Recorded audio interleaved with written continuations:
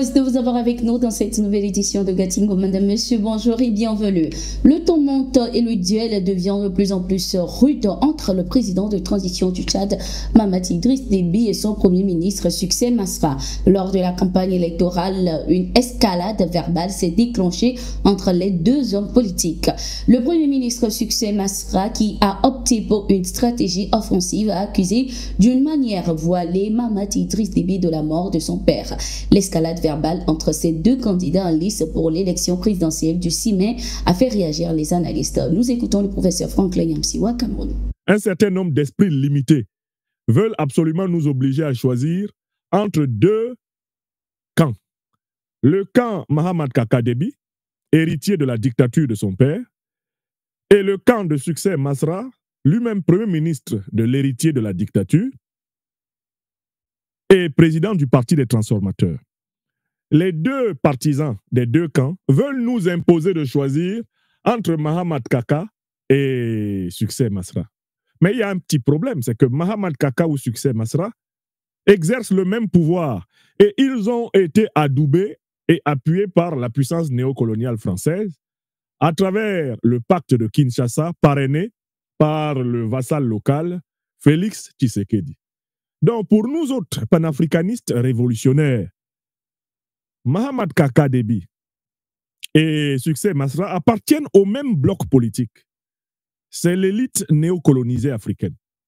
Celle qui veut maintenir l'Afrique sous l'emprise du néocolonialisme français, maintenir l'Afrique sous l'emprise de l'impérialisme occidental.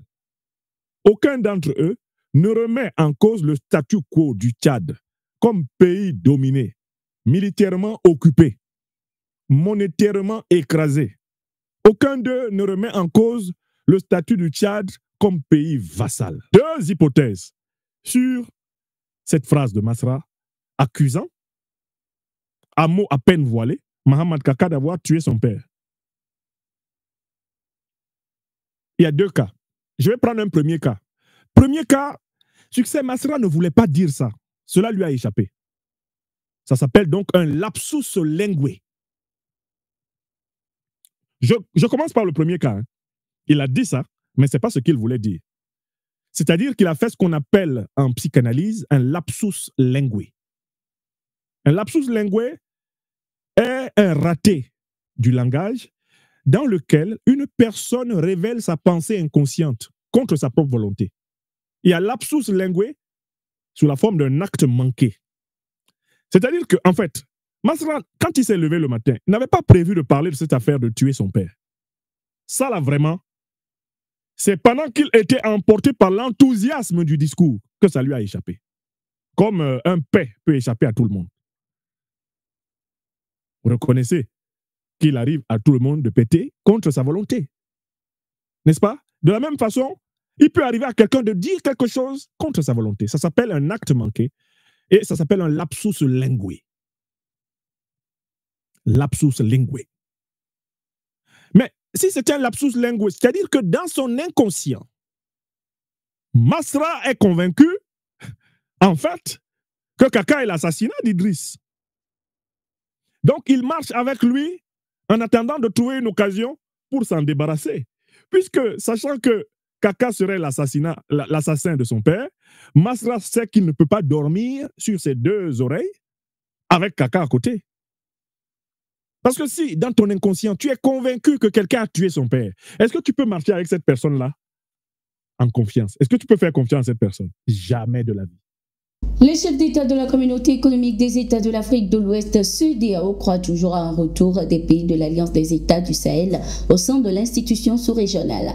Après l'appel lancé par plusieurs chefs d'État, c'est au tour du Conseil des sages de l'institution sous-régionale d'inviter lors de sa session tenue à Abidjan, Côte d'Ivoire, les pays de l'Alliance des États du Sahel à revenir sur leur décision de retrait. Nous exprimons des inquiétudes face à la déclaration faite par le Burkina Faso, le Mali et le Niger de leur intention de se retirer de la communauté, a déclaré le président du Conseil des sages de la CEDEAO dans un communiqué. Selon les sages, ces 3 pays doivent reconsidérer leurs décisions et revenir au sein de l'institution pour l'intérêt de l'unité de la communauté et de l'intégration sous-régionale. Le Conseil des sages a également abordé les ingérences géopolitiques croissantes dans la région et la vulnérabilité des États membres, exhortant ainsi la Commission de la CEDEAO à prendre des mesures urgentes pour éviter que la région ne devienne une arène de conflits géostratégiques. Depuis leur sortie de la CEDEAO, le Mali, le Niger et le Burkina Faso ont réitéré leur volonté de faire chemin au sein d'une nouvelle organisation qui est l'Alliance des États du Sahel, AES.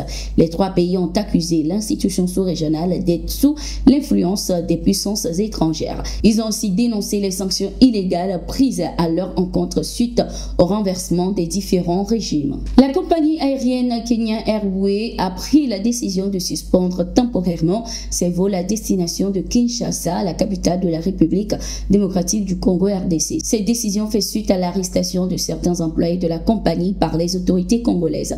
En effet, plusieurs membres du personnel de Kenya Airways ont été arrêtés et placés en détention à Kinshasa, ce qui a suscité des inquiétudes au sein de la compagnie et des partenaires. Selon la compagnie, il est reproché aux 10 employés détenus par les services de la détection militaire des activités antipatrie d'EMIAP d'avoir dissimulé des documents douaniers d'une cargaison de valeur qui devrait être transportée sur un vol KQ le 12 avril 2024.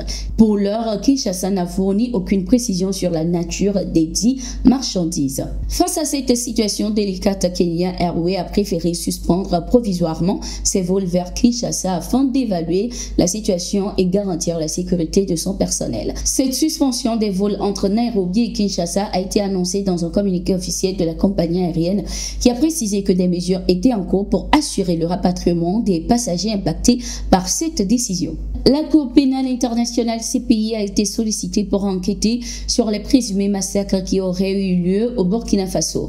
Dans un courrier adressé au procureur de la CPI, Karim Khan, une organisation de la société civile Coalition d'Afrique francophone, avise sur la situation des droits de l'homme au Burkina Faso. Cette organisation de la société civile évoque selon elle de nombreux cas de violation de droits humains, notamment dans les provinces du Yatenga et les massacres du Yirgo. Elles exhortent le procureur de la CPI à se saisir du dossier afin de traduire les auteurs en justice. Cette demande de l'organisation de la société civile fait suite au récent rapport de l'ONG Human Rights Watch accusant les forces armées burkinabées de massacres sur des civils. Des accusations rejetées par le gouvernement burkinabé. Au Mali, les opérations de reconquête du territoire se poursuivent. Ce demain, l'état-major général des armées a annoncé la neutralisation de plusieurs terroristes à Nara.